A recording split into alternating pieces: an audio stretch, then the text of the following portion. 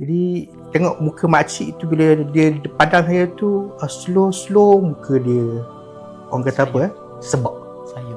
sebab sayu. Tu keluar air mata. Terasa tak nanya ke makcik tu, "Kak, kenapa ya menangis, keluar air mata tadi?" Itulah makcik ni first tak pernah rasa tenang bila lepas saya bayar tu. Ustaz baca doa, tak pernah rasa ketenangan. Tiba-tiba datang masa Ustaz baca doa tu tiba-tiba saya sebab, dia kata, kemudian saya lapang sangat hati saya.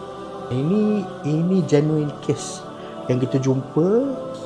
Dia yakin dengan apa yang Allah sebut dalam Quran ni, walaupun dia tak kena zakat masa dia mula datang bayar tu, tapi dia kata dia yakin dengan sebab Allah kata bila bayar zakat ni Allah akan bagi ketenangan, Allah akan lipat gandakan rezeki dia. Mula-mula timbang dia ni nak bayar zakat mas biasan. Mas biasan kita ni dia ada calculation dia lah, pakai sekian-sekian wang, sekian-sekian berat, dah lebih dia punya kadar tu baru wajib zakat. Dia datang tak kena pun, tapi dia kata tak sedar hati, apalah saya bayar jugalah.